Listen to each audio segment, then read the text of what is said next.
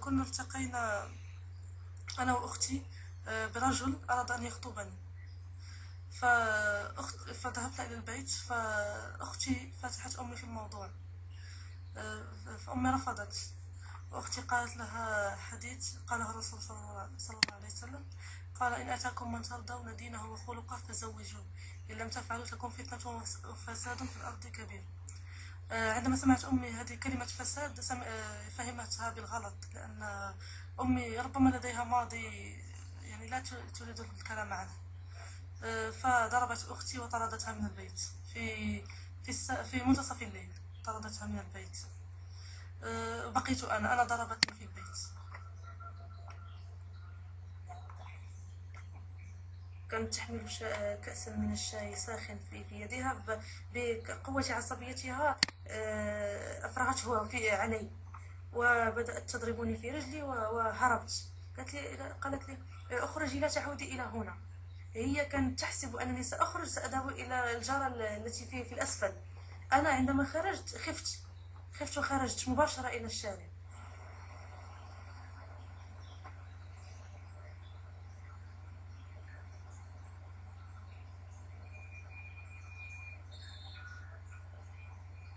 بقيت هناك أتجول إلى حدود الواحدة ليلة، حينها مر رجل ملتحي الذي هو أبو حمزة، وكان معه حمزة.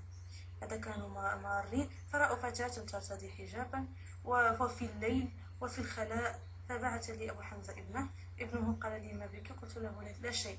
أتى إلي الأب أبو حمزة فقال لي: ما بك؟ فأخبرته الموضوع، فقال لي: هيا بنا سأخذك إلى زوجتي لتجلسي معها، وفي الغد نجد حلا. عندما ذهبت إليه يعني في المنزل، بدأ يحكي لي عن قصته، عنه هو، عن اعتقاله، عن المعتقلات كيف هي، عن زوجته، عن الفترة التي قضاها في السجن، عن الجماعة التي كان معها سابقا بسبب الدعوة الجزائرية آنذاك. يعني كان يحكي لي هذا كله. وصلنا إلى المنزل، سلمت على زوجتي رحبت بي مرحبا. يعني عادي، أكلت، شبعت، يعني نمت نوما مريحا، نمت في ذلك اليوم. بعد يوم خرجنا نبحث عنها فلم نجدها. مرت تقريبا 4 أيام ونحن نبحث عن أختي. جاءني رجل قال لي: هل تبحثون عن إيمان؟ كنت أنا وأمي. قلت له: نعم، كيف عرفت؟ قال لي: أنت تشبهينه. أخذنا إلى بيته فالتقيت أختي. فسلمنا عليهم وجلسنا، تصالحنا وعدنا إلى البيت. ولكن في اليوم الثاني عدنا إلى الرجل، عدنا عند بيت الرجل. أراد أن يدخلنا في تياره، فبدأ يحكي لنا عن الدين، عن العقيدة، عن التكفير، عن الطاغوت، عن الدولة، من يجب أن ينسف من الدولة، من يجب يعني. أظهر لنا أن العالم كله كافر، أن المجتمع كله كافر، أن أقرب الناس إلينا كفار، حتى وإن كانوا يشهدوا أن لا إله إلا الله محمد رسول الله. يعني يعتبرهم كفار، حتى بعض الملتحين يعتبرهم كفار. خرج لنا كتبا عنده تتحدث عن التوحيد وعن شروط لا إله إلا الله وجميع الأشياء التي تتعلق بالعقيدة. يعني العقيدة يعني ليس صلاة وصلاة، لا، العقيدة يعني ما يتعلق بالكفر والإسلام.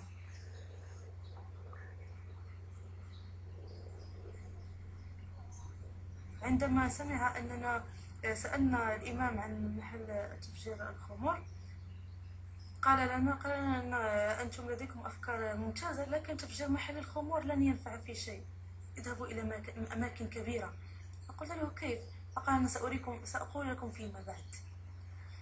حين ذاك بدأ يتحدث إلينا عن البرلمان. قال لنا: يجب استهداف البرلمان بمن فيه.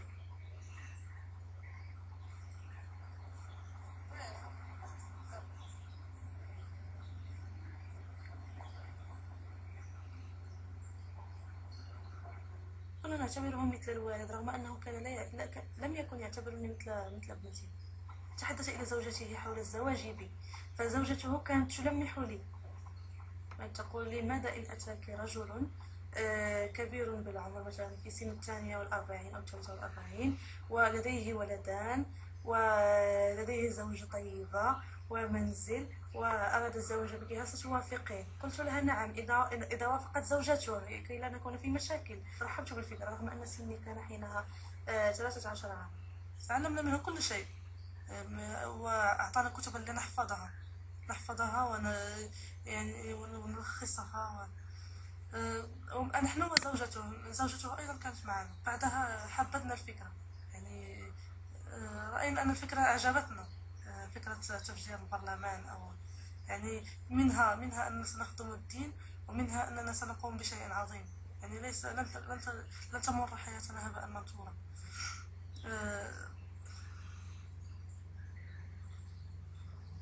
بطلب.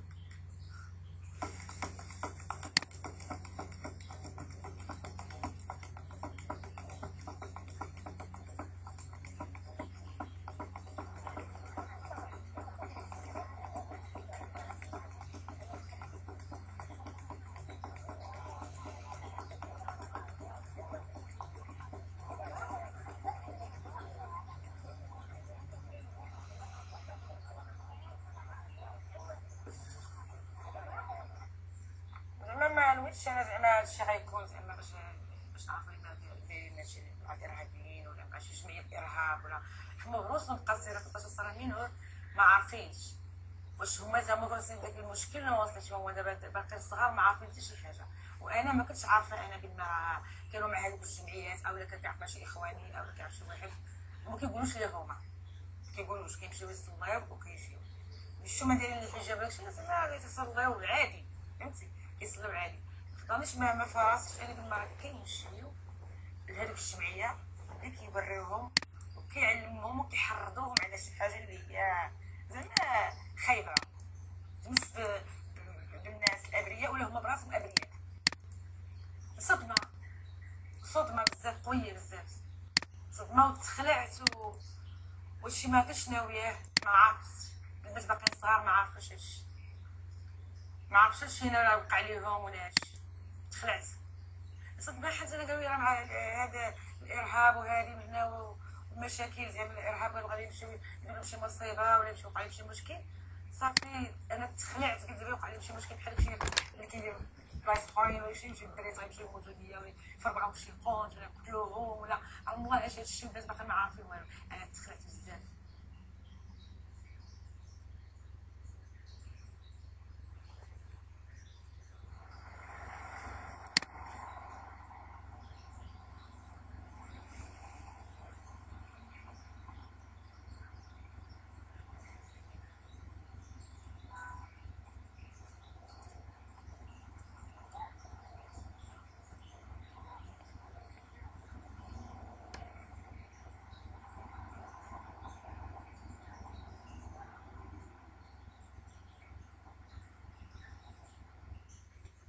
هذه حالة جد استثنائية وحالة شاذة جدا، لأن وضعية توأمين وضعية نتاج إحباط نفسي وأسري واجتماعي وتفكك أسري، حالة تداخلت فيها مجموعة من العناصر. ولهذا هذه من الحالات التي يتخذ فيها الإحباط الفردي أو الاستعداد الفردي لبوس الاندفاعات الاجتماعية والسياسية الموجودة في المجتمع. كانتا ترافقان والدتهما للتسول في الشارع، فهما كانوا على المستوى النفسي يعيشان تذمر كبير على المستوى النفسي، وتعتبران نفسهما بأنهم ضحيتا هذا المجتمع. فيمكن أن نتحدث عن استعدادات كثيرة تولدت لديهما في هذه الفترة. اجتمع في التوأم كل عناصر الهشاشة الاجتماعية، على رأسها أنهما بنتان لأم عازبة. التوأم الغريز ضحية من ضحايا استغلال الإرهاب واستغلال هذا الإسلام الراديكالي لحالات اجتماعية. أنهم فتاتان كانتا تعيشان ظروف قاسية جدا، بدون أب، بدون غير معروف، وما يسمى الأمهات العازبات، تعيشان في حي قسطيري. عاشتا ظروف قاسية جدا، تعرضت للاغتصاب في سن السادسة. كل الظروف سمحت لطيور الظلام ولهؤلاء المتطرفين للتربص بهما، أوهماهما بأشياء كثيرة من الزواج من أجل إقناعهما وهما ابنتا في سن الرابعة عشر القيام بأعمال إرهابية. الفتاتان كانتا تربة خصبة لاستغلال الإرهابيين لهما.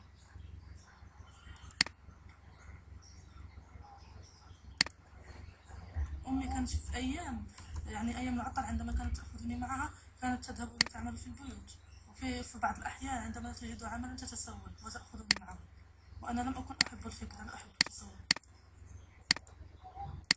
عندما وعينا على الدنيا لم نجد أن لدينا والد. وجدنا جدتي وجدي وأمي كانت تأتي أحيانا، ولكن الأب لم نكن يعني نسأل عنه حتى، يعني لأننا لم نكن نعرف أن لكل ابن يكون له أب وأم. لم نكن نعرف هذه القضية إلى أن كبرنا قليلا ودخلنا المدرسة ورأينا يعني الأولاد يذهبون إلى يعني رفقة آبائهم إلى المدرسة، وتساءلنا يعني من يكون يعني هذا الرجل. عندما كان يأتي جدي عندي يعني عند خالتي كنت أحس بفرح شديد. كان ينام وكنت أنام بجانبه وأمسك بطرف القميص، كنت أمسكه وأنام ظنا مني أنني لن أترك القميص حتى لو نمت. في تلك السن كنت أريد اللعب وكنت أحب اللعب، ولكني لم أكن ألعب. لم تكن الظروف مناسبة لذلك.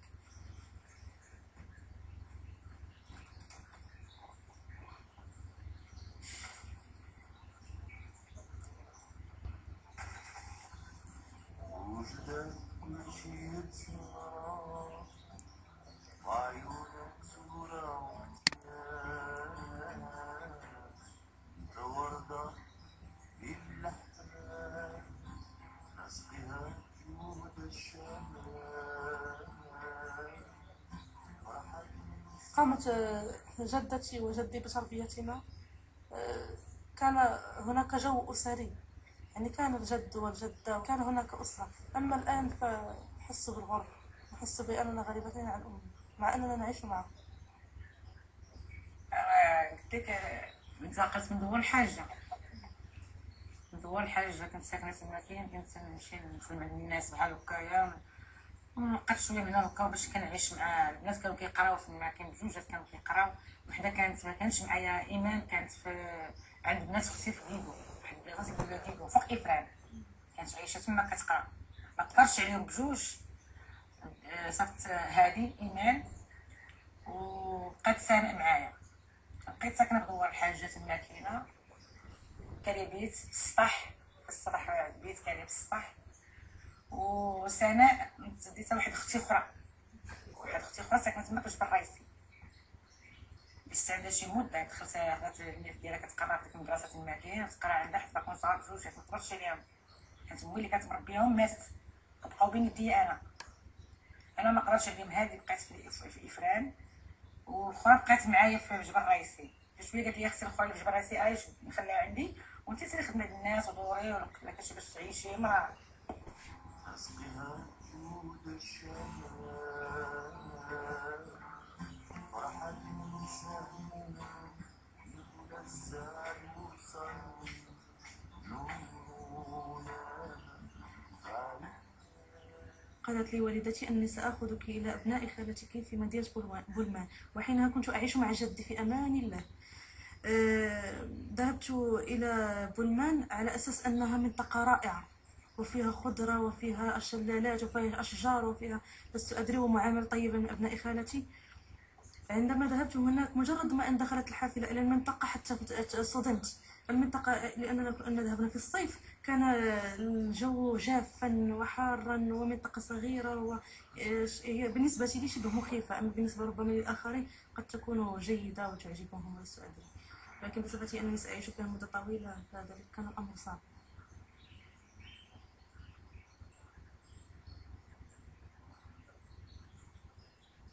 عندما ذهبت وجدت في اليوم الأول معاملة طيبة من أبناء خالتي، معاملة طيبة، وكنت أرتدي ملابس يعني صيفية، يعني التي تلبسها البنات في المدينة، يعني ملابس تظهر كثيرا من الجسم.